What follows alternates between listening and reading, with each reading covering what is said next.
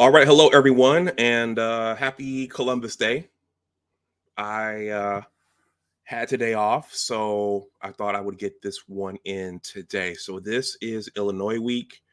The Wolverines are going out to Champaign to play the Fighting Illini. Let me make sure everything is going here the way I want it to go. Yep, there is the red icon. Let me just Okay, just give me a second here. If you are watching on the playback, please be sure to give this stream a like. John Stoops, thank you for stopping through. You are the first one in. I don't know who all is coming in, but please, as I go through this, I don't intend to go long unless more people come into the chat. But let me know what you think, John Stoops, about anything that I say here. So let me just pull this up, pull one other thing up here, and then I'm going to go ahead and get started so that I'm not on this thing forever. Let's see. Let me go back over to Google. I think I'm going to start the stream with this.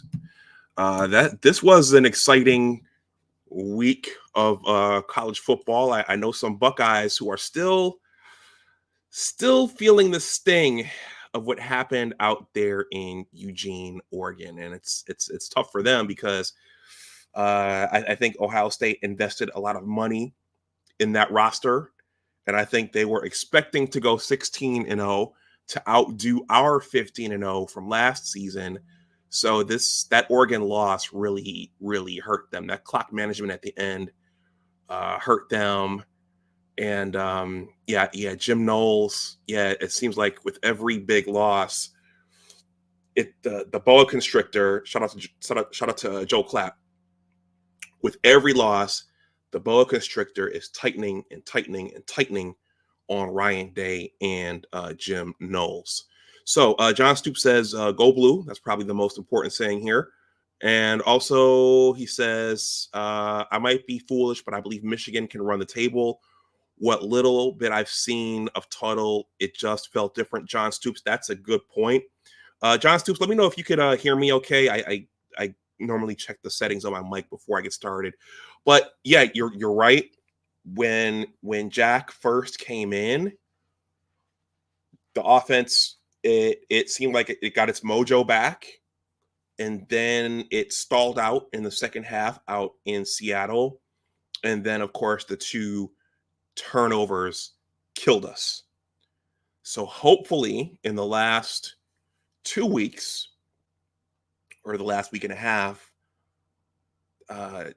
Jack Tuttle will have knocked the rust off, and we'll get a nice clean game from him because we're going to need it. And you know what? Going to your comment here, John Stoops, I'm going to take a look at the schedule and the rankings after I play the intro. But I think there's still an outside chance of Michigan running the table, maybe playing for the Big Ten title, maybe making the playoff, but it's slim at this point, and they're really going to have to tighten up all of the loose screws. Thank you, John Stoops, for letting me know that you can hear me. All right, I'm going to play the intro, and then I'll jump in on the other side, and I promise I will not be long in this prediction. All right, the yellow and blue, the Illinois edition. Go blue.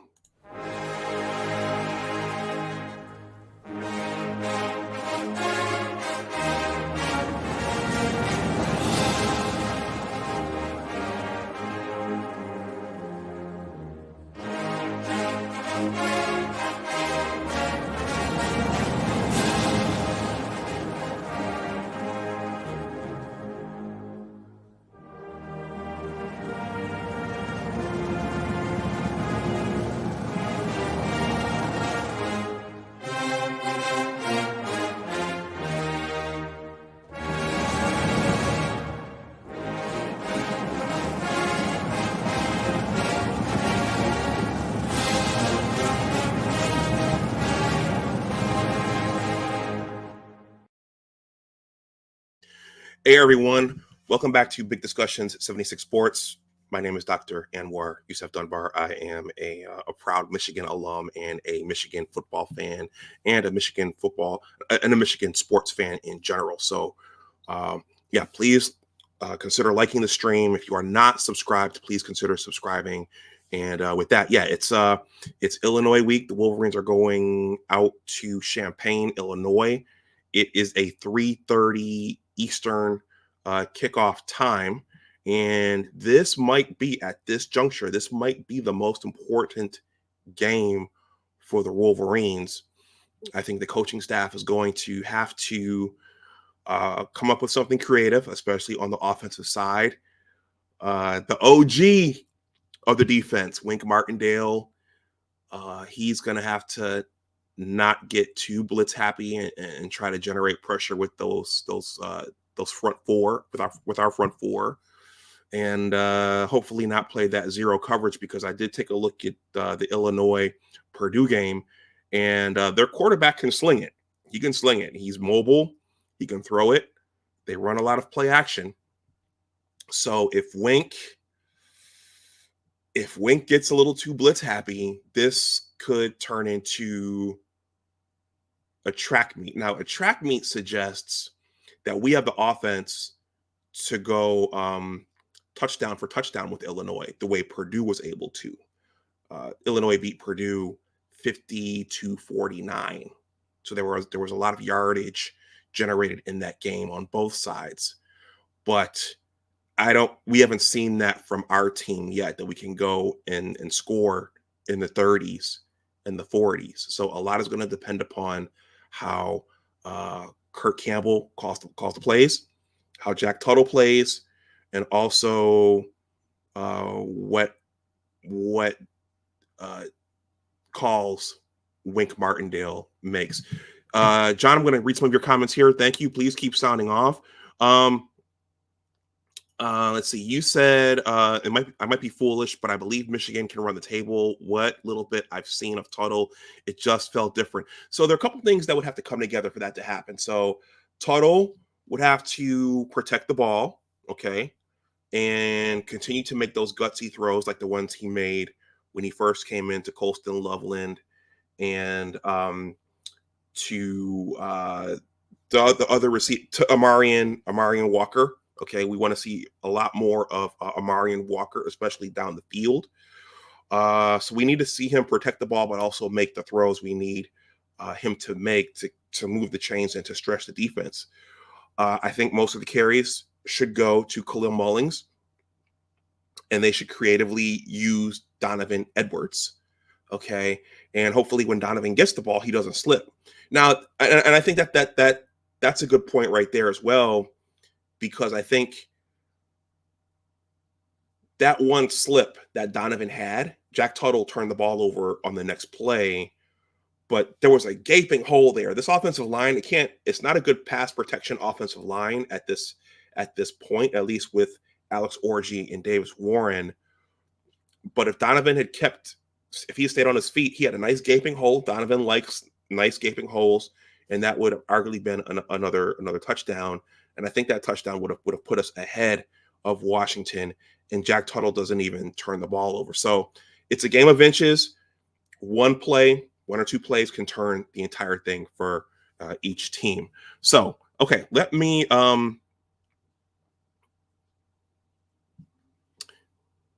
these critters always like to do this when I'm live streaming. Yeah, agreed. If he doesn't slip, he's gone. Okay, so when we last saw our heroes,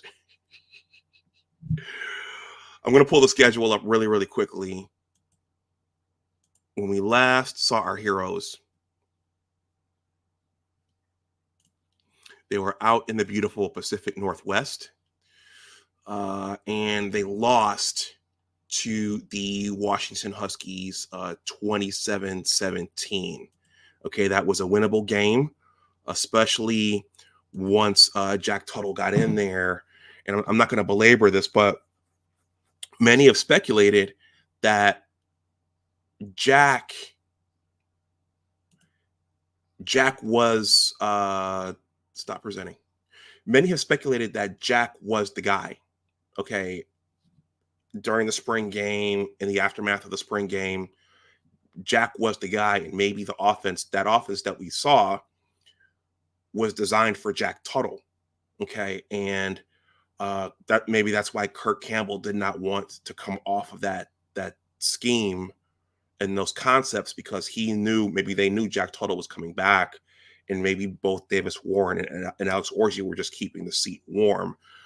But Dennis Fithian's, it wasn't Scar. He had another gentleman on Friday, I think it was a believer in Alex Orji, and so if Kirk had relented and designed something in that brief amount of time strictly around Alex's skill set, we could be having a totally different conversation right now. But anyway, when we last saw our heroes, they lost a heartbreaker, which was in reach, to the Washington Huskies out in Seattle. And of course, that numerous things happened there. There were turnovers, Wink's defensive play calling in the second half was suspect, and of course, Jed Fish took advantage of Wink and carved up the defense. So a number of things came apart there at the end. John Stoops, you mentioned running the table for the rest of the schedule. So this week, Michigan has Illinois. They're going out to Illinois. The week after that, Mu Yu comes in, Michigan State. This is the big game right here. Oregon just had that what was it, a 32-31, 31-30 victory over Ohio State. So they're red hot. The Ducks are red hot right now. And also Indiana. The Wolverines are going back down towards the southwestern part of the Midwest to play Indiana. The Wolverines host Northwestern, and then the Wolverines go down to the Snake Pit to play Ohio State.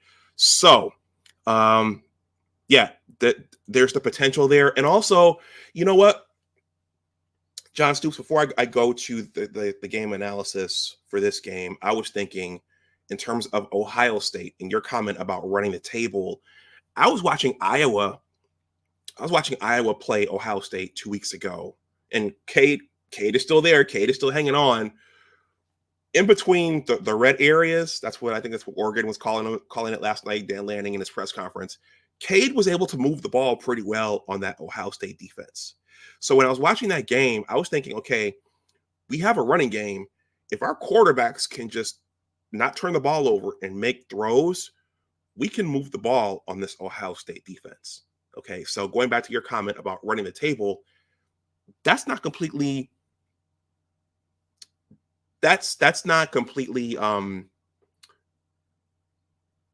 I could see that. I'll just say that. I could see that. But the key is going to be the quarterback play. All right. That's going to be a major key. All right. So that's the Wolverines' remaining schedule. Let's take a quick look at the top 25. Michigan got rewarded for their loss to the Washington Huskies in the fashion that they lost that game. They got rewarded by dropping all the way down. Come on, AP top 25. Load up for me. Load up. Let me close that one.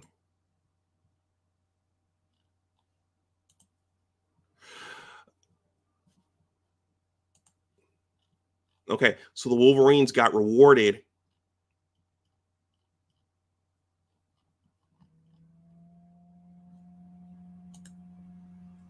The Wolverines got rewarded for that loss.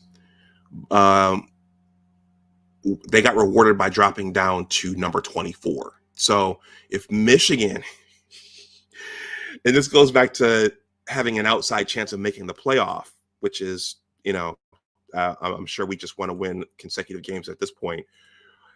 If Michigan loses this game, Michigan is most likely out of the playoff talk from this point on. So this is a game that could salvage the season. It could start us on the path towards salvaging the season. But if Michigan loses this game, then we're pretty much out of the playoff hunt, in my opinion. You guys let me know what you think there in the chat. Please smash that like button. All right. I'm going to show this. I'm not going to give I'm not going to read through this. I think audiences don't like when content creators a read unless they're really, really intrigued. But right now, according to this is from CBS Sports. Michigan is picked to, I was looking at it earlier. Yeah, so they're picking Michigan by 1.5 points, if I'm reading this correctly. Which to me, this means they think the game is going to be so close that it can come down to, 1 to 3 points. So right now, Michigan is quote unquote favored, but they're not favored by a lot. So Illinois only has one loss themselves. Let me pull up the Big Ten standings really, really quickly. I had them pulled up, but I accidentally closed it. Colonel Angus, thank you for stopping through. Please smash that like button and keep letting me know what you think there in the chat. Big Ten standings. Big Ten standings football.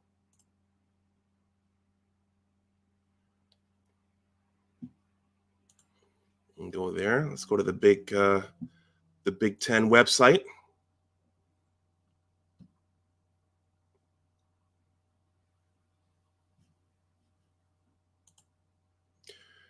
Colonel Angus, thank you for stopping through.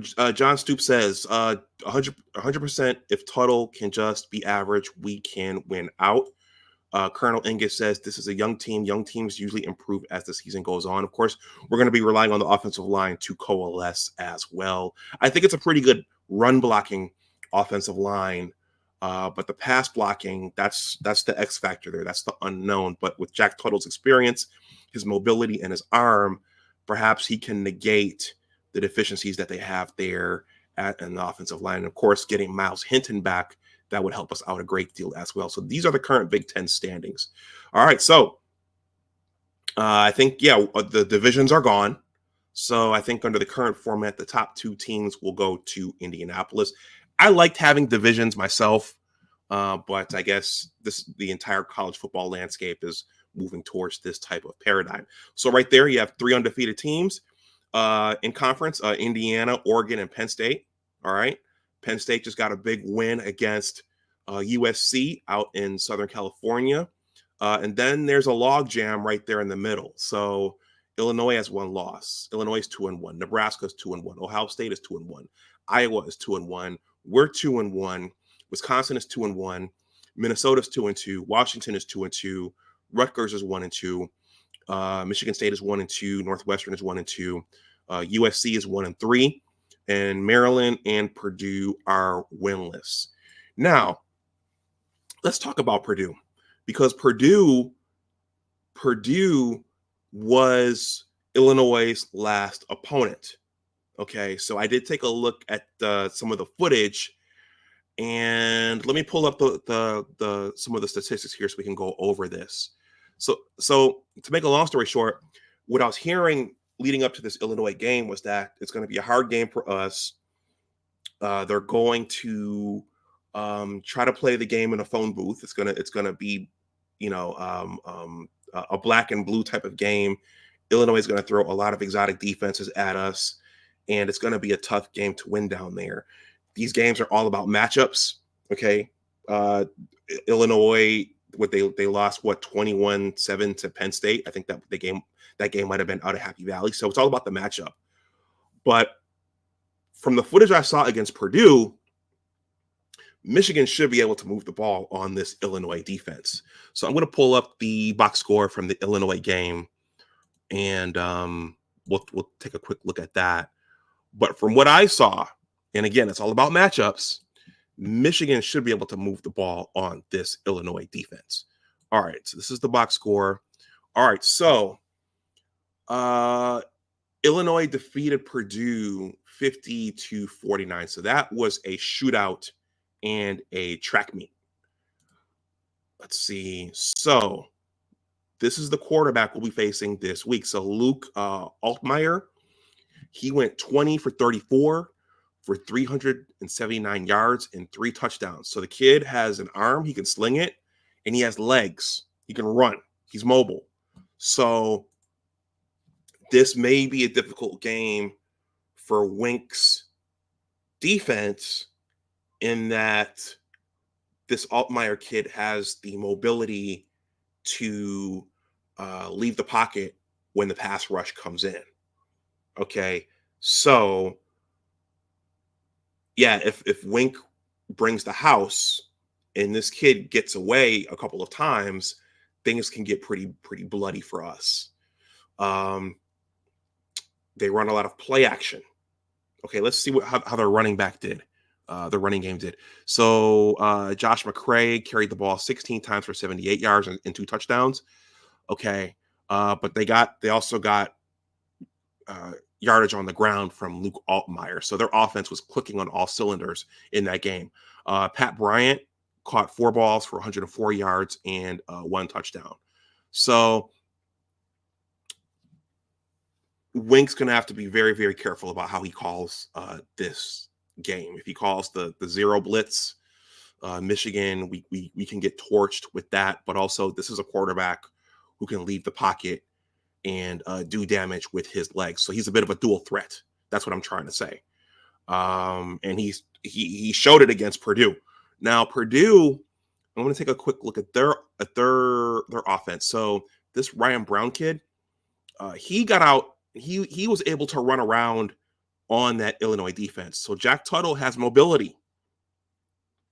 So if Jack Tuttle takes care of the ball, Jack Tuttle can actually get out and gash this Illinois defense himself for yardage on the ground. We want to see him throw the ball down the field, but there's the potential for him to gash this Illinois defense on the ground as well, much the same way this Ryan Brown kid did. So Ryan Brown, so he went 18 for 26 for 297 yards and 3 touchdowns. Okay, so you can move the ball on this defense. He also carried the ball 17 times for 118 yards. So their quarterback was the MVP for Purdue's quarterback was the MVP for them. So this is telling me Michigan should be able to move the ball on this team. All right. Max Clare caught 6 balls for 133 yards. Okay.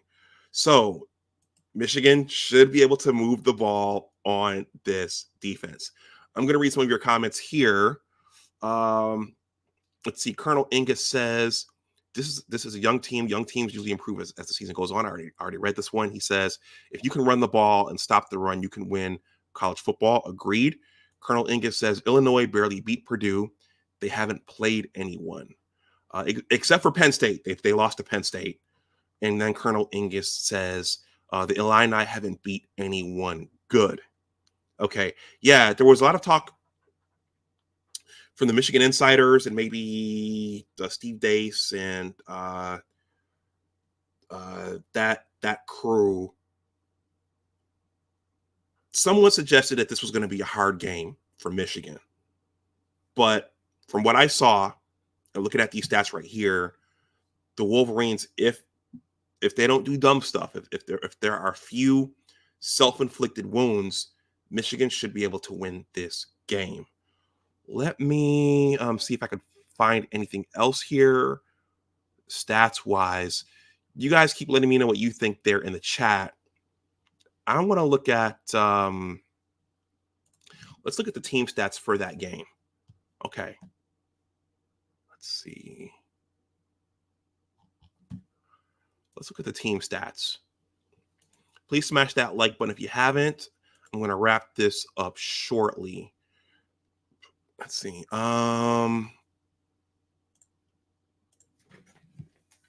Yeah. So in that game, so Illinois has an offense. They can move the ball. So Illinois generated 556 yards. Purdue generated 536. So Illinois generated 379 passing yards. Purdue generated 297. So it's there for Jack Tuttle. It's there in terms of the passing game, throwing the ball vertically down the field. It's there. I feel a sneeze coming on.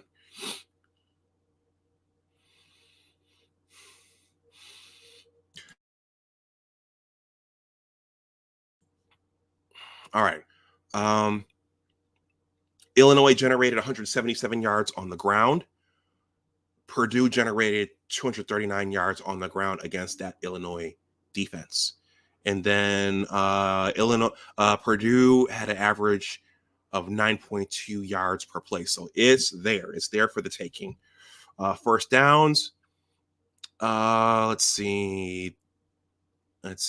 Purdue went 5 for 10 for third down in terms of third down against that Illinois defense. Illinois went 8 for 12. Neither team made their 1 fourth down attempt. Illinois ran 73 total plays versus Purdue's 58. So the other difference here is Michigan, our style of offense, we're probably going to try to possess the ball. So I suspect Illinois won't get this number of plays off, okay, in our game with them. Let's see. Illinois did turn the ball over once, and they held the ball for 33 minutes and 11 seconds versus Purdue holding the ball for 26 minutes and 49 seconds. So I don't see, again, if we protect the ball, if Wink calls a good game, and if Kurt Campbell calls a good game, I don't see why we can't win this one or why we shouldn't win this one. Okay, again, these are all about matchups. But if, hopefully, the honeymoon is over for Sharon and his staff. The honeymoon is over. So I'm hoping for that creativity and that eye candy that Johnny Olden talks about. Shout out to Johnny Olden. And also that they're going to be looking for not just Colston Loveland, but also Amarion Walker, and also that they get Samaj Morgan involved as well, whether it's wheel routes or slants or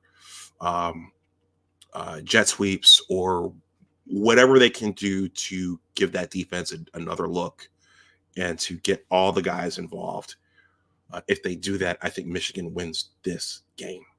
Do you guys have any more thoughts there in the chat? Otherwise, I will wrap this up. Do you guys have any more thoughts? If you are watching on the playback, please consider smashing the like button. Also, subscribe to the channel if you see fit. Shout out to Bo Lytle. Respect is earned. Do you guys have any more comments out there? Okay.